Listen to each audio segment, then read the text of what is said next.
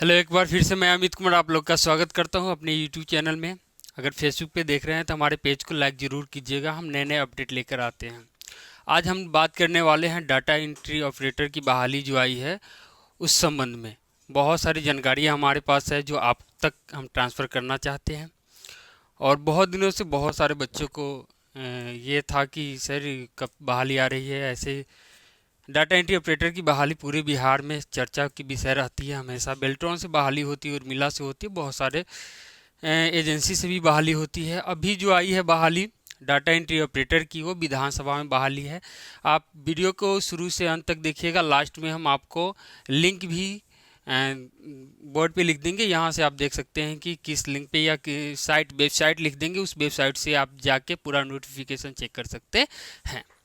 तो आइए देखते हैं हम लोग देख रहे हैं डाटा एंट्री ऑपरेटर वैकेंसी 2024 में जो बहाली है आई है डाटा एंट्री ऑपरेटर की, उसका नोटिफिकेशन जारी हुआ था 3, यानी कि विज्ञापन संख्या जो है उसका 3 है। साल का तीसरा बहाली है बिहार विधानसभा का। ये 2023 में ही इसका नोटिफिकेशन आया था और इसका फॉर्म अप्लाई जो है वो 1 तारीख से हो रही है।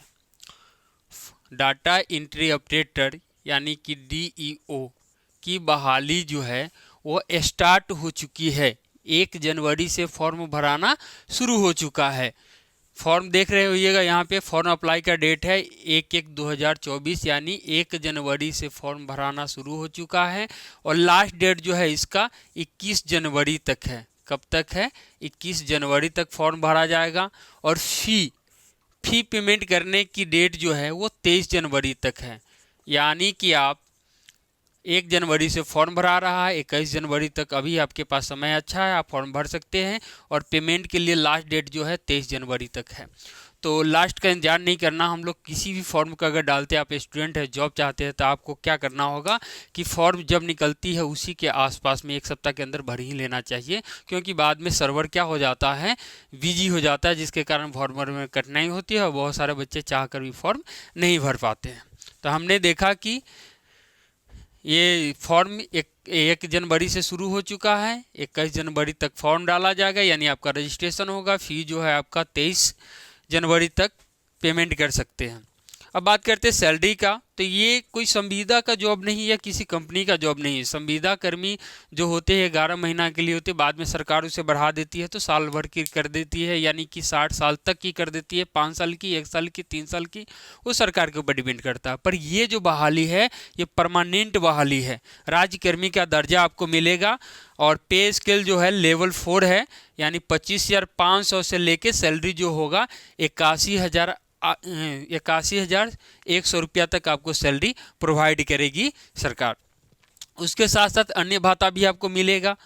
सबसे बड़ी बात तो यह है कि अब तक जो डाटा एंट्री ऑपरेटर की बहाली आई है बेल्ट्रॉन से आई है, बेल्ट्रॉन से ही होता है ये सरकार डायरेक्ट ले रही है और डायरेक्ट में परमानेंट जॉब है, यानी कि राजकर्मी का दर्जा आपको मिलेगा। तो बहुत अच्छा ही बहाली है।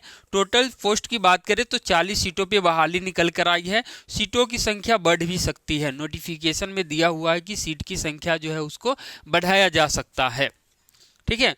और किसी किसी विभाग में सीटों की संख्या अगर खाली होती है तो वहाँ पे सीट बढ़ सकती है।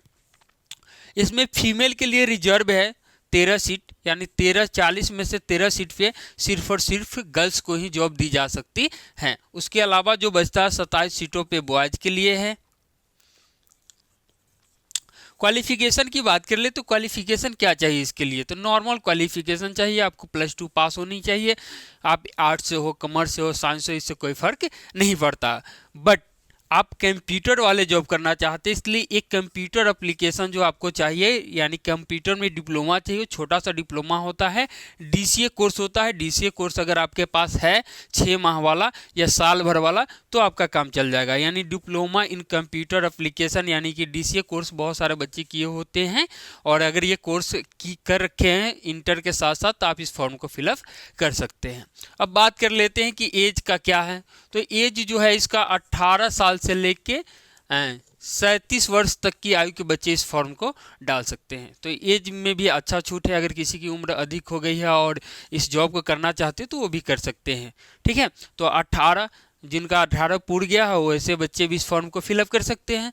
तो कहने का मतलब 18 से लेकर 37 वर्ष के बीच के सारे अभ्यर्थी इस फॉर्म को भर सकते हैं। अब बात कर लेते हैं फीमेल कैंडिडेट की। तो बीसी ईबीसी यानी कि ओबीसी में एनेक्चर 1 और एनेक्चर 2 कि अगर महिला है फीमेल यानी महिला है तो उसके लिए छूट है। अगर 40 साल उम्र है उसका है तो भी 37 यानी कि 3 साल की छूट है, 40 साल की उम्र तक वो व्यक्ति इस फॉर्म को फिलअप कर सकती है। और SC ST से अगर बिलोंग करती है वह महिला तो 42 वर्ष की उम्र तक 42 साल तक नौकरी का अवसर है उसके पास, नौकरी के लिए फॉर्म अप्लाई कर सकते हैं। अब बात कर लेते हैं एग्जाम टाइप्स क्या होगा। तो एग्जाम टाइप्स इसका ऑब्जेक्टिव एग्जाम होगा। सामान्य जो एग्जाम होते हैं ऑब्जेक्टिव उसी तरह से यानी 4 ऑप्शन दिए जाएंगे, 4 में से जो सही होगा उसको रंगना होगा। एग्जाम मोड क्या होगा। तो एग्जाम मोड ऑफलाइन होगा, कहीं पे हम लिखे हैं बाद में हम देख लेंगे, पहले आ जाइए। इसमें परीक्षा जो है 3 प्रकार से आपकी ली जाएगी, बात को समझेंगे अच्छा से। परमानेंट जॉब है, राजकर्मी का दर्जा मिलेगा तो थोड़ा सा तो टफ होगा ही होगा।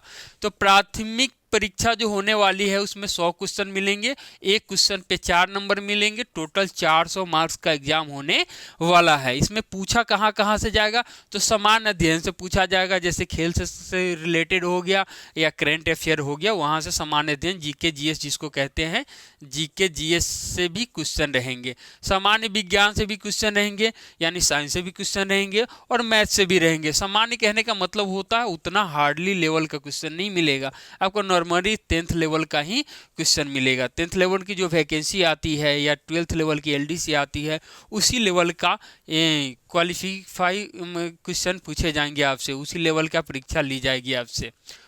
अब बात करते हैं मानसिक क्षमता एवं तार्किक, जिसको रीजनिंग कहते हैं। तो उस तरह से बुद्धि क्षमता आपका चेक किया जाएगा। कुछ ऐसे क्वेश्चन होते हैं जिससे पता चलता है कि आपका बुद्धि विवेक कितना है। तो नॉर्मल क्वेश्चन होते हैं, वो आसानी से आप हल कर पाएंगे। अब बात करते हैं यहाँ पे कि क्वेश्चन इसके बाद ये तो एक एग्जाम ये होगा आपका, उसके बाद एक और एग्जाम आपका होगा। उससे पहले आपका हो जाएगा टाइपिंग। थोड़ा सा लिखने में ये हो गया, आप यहाँ पे समझने की कोशिश कीजिए। ये एग्जाम नंबर 1 हुआ, ये दूसरा एग्जाम नंबर है 2। इसमें आपको टाइपिंग होगा। टाइपिंग में आपको हिंदी का स्पीड जो चाहिए 30 का चाहिए, हिंदी पर वर्ड 30 के स्पीड से टाइपिंग चाहिए। और अंग्रेजी में पर वर्ड आपको चाहिए कितना, तो 30, यानी कि 30 के स्पीड हिंदी और 30 के स्पीड अंग्रेजी में अगर टाइपिंग आती है तो आप इस जॉब को क्वालिफाई कर सकते हैं। पर कोशिश कीजिएगा कि अधिक से अधिक टाइपिंग करें। बहुत सारे बच्चे बहुत सारे स्पीड रहते हैं टाइपिंग का। एग्जाम मोड जो होगा ऑफलाइन होगा। ऑफलाइन एग्जाम मोड इसका टाइपिंग का नहीं होगा, ये तो ऑनलाइन होगा, मतलब CBT के द्वारा होगा, कंप्यूटर बेस्ड टेस्ट होगा ये आपका, टाइपिंग हिंदी और इंग्लिश। और एग्जाम मोड इसका, इस एग्जाम की बात कर रहे हैं, ये एग्जाम जो होगा आपका ऑफलाइन होगा। ऑफलाइन यानी क्वेश्चन मिलेंगे, उस क्वेश्चन को लेके आप आ जाएंगे। उसके बाद बात करते हैं ये एग्जाम के बाद यानी कि प्राथमिक परीक्षा के बाद टाइपिंग टेस्ट। टाइपिंग टेस्ट की बात करते हैं तो एक और एग्जाम होगा क्वालीफाई करने के लिए, ये सिर्फ क्वालीफाई के लिए हुआ, क्वालीफाई के लिए एग्जाम होगा। इसमें आपको मात्र 30 अंक लाना होगा। कितने अंक लाना होगा, 30 अंक। पासिंग मतलब 30% यानी कि 30 अंक लाना होगा। ये एग्जाम 100 क्वेश्चन होंगे, एक एक नंबर के, यानी 100 नंबर का परीक्षा होगा। हिंदी से 50 अंक मिलेंगे और अंग्रेजी से 50 अंक मिलेंगे। इसमें मात्र आपको 30 अंक लाने होंगे, बस ये क्वालिफाई होगा। मेन एग्जाम ये है, इसके बाद ये है, और ये सिर्फ क्वालिफाई है, 30 नंबर आगे पास है। इसमें जरूर नहीं कि जिसका कट ऑफ होगा उसको लिया जाएगा। इसमें मात्र 30 नंबर भी आपका आ जाता है और इसमें अच्छा मार्क्स है, इसमें अच्छा मार्क्स है तो आप क्वालिफाई कर जाते हैं, आपको जॉब मिल जाएगी। अब बात कर लेते हैं हम लोग की परीक्षा शुल्क कितना भरना होगा। सरकार तो शुल्क ही लेती है बहुत तगड़ी। तो परीक्षा शुल्क जो है 600 रुपया है, यानी जनरल EBC जनरल हो गया, OBC हो गया, EWS हो गया, सबसे लेने वाली है सरकार 600 रुपये। यानी कि जनरल कैटेगरी से, OBC से, ठीक है, EWS, इस तीनों कैटेगरी से जो फी लेने वाली है इस फॉर्म अप्लाई पे 600 रुपये। उसके बाद में SC ST कैटेगरी से अगर आप है तो आपका फ़ी जो होगा 150 रुपया लिया जाएगा, ठीक है।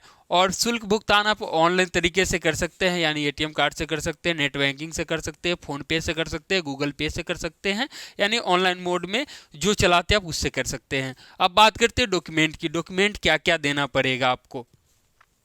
तो डॉक्यूमेंट जो देना पड़ेगा आपको, उस डॉक्यूमेंट की बात कर ले तो 10th लेवल का जो होगा, ठीक है, और 12th लेवल का मार्कशीट देना है, सर्टिफिकेट देना है, एक फ़ोटो देना है और सिग्नेचर ब्लैक पेन से करके अपलोड करना है आपको। हिंदी इंग्लिश में सिग्नेचर करना है और सिग्नेचर जो होना चाहिए आपको ब्लैक पेन से ही होना चाहिए, ध्यान रखिएगा। मोबाइल नंबर देना है, ईमेल आईडी देना है, आधार नंबर देना है। अगर आप छूट चाहते हैं, एज का छूट अगर यहाँ चाहते हैं तो आपको जाति देना होगा, आवासीय तो देना ही देना पड़ता है सबको। चलिए, और इस फॉर्म में सिलेबस जो होगा, ठीक है, इसका सिलेबस जो होगा MS word, excel, power point से रिलेटेड कुछ क्वेश्चन इसमें डाले जाएंगे, जो हिंदी और इंग्लिश के साथ साथ कंप्यूटर बेस्ड एग्जाम आपका होगा, ठीक है। तो हमें जो जानकारी थी आपको हमने दे दी। अगर आपको अच्छा लगता है तो मेरे वीडियो को शेयर जरूर कीजिएगा। अब हम बात कर लेते हैं कि इसका वेबसाइट क्या है। अगर अधिक जानकारी आप चाहते हैं तो हम वेबसाइट बता देते हैं, उस वेबसाइट पे जाके आप चेक कर सकते हैं। आप देख लीजिए, यहाँ पे वेबसाइट हमने लिख दिए हैं। हमने तो जो जानकारी हमारे पास थी हमने आपको दे दी। इससे अधिक अगर जानकारी आप चाहते हैं तो आप इस वेबसाइट पे जाके चेक कर सकते हैं, नोटिफिकेशन देख सकते हैं। वेबसाइट है www.vidhansabha.bih.nic.in। ये ऑफिशियल वेबसाइट है जो वैकेंसी निकल कर आई है उसका, उस पर जाके आप चेक कर सकते हैं। सो थैंक यू, धन्यवाद।